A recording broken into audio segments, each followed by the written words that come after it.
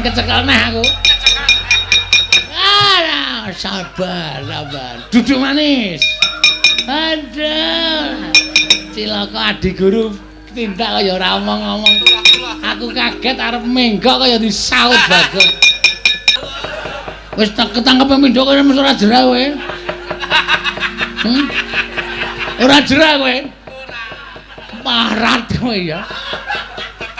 Kosek aja gawe dredeg aku.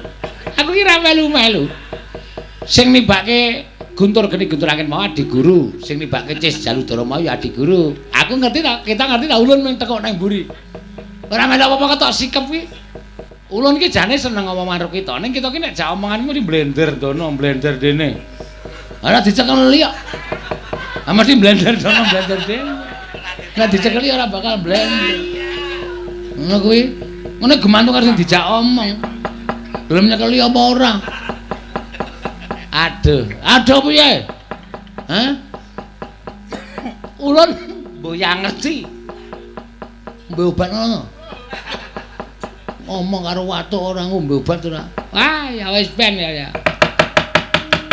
Terus piye kula kudu piye? Ulun ya mboyang ngerti, ulun ki ora ngerti tenan Bagong ya to bedah dodo ulun mboyang ngerti.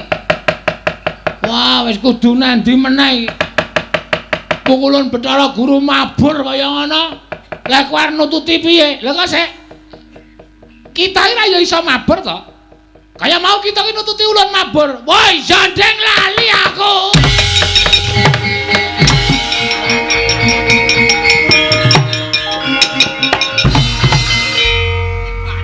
Bangkekan nggo pancatan. Bagong ya ora ngerti apa piye ora guyu lho. Tenan iki aku takon tenan.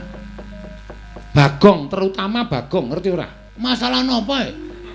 Iwang Pikulun Jagadgirinata neng Ngamarta. Welo. Lho kowe iki ngerti ora? Wah, lha piye ta iki iso tak tanya kresnane iki. Ngendikane iki Wong Pikulun Bathara Guru sing ora arek kayangan kowe. Wah, fitnah iki, Tru. Fitnah, Tru. Ge, se. Mangriyen Den, mangriyen ampun kesusu. Sing mbok sandang Bagong. Oke, ora wedi aku wong ora salah. Musa apa nek ora salah, nek diwarai rasa wedi. Ora wedi. Ayo, oke aku dirangkat sik ora masalah. Nek nganti aku kok ora salah, kowe kuwi do getun ngangkat aku tak kandhani.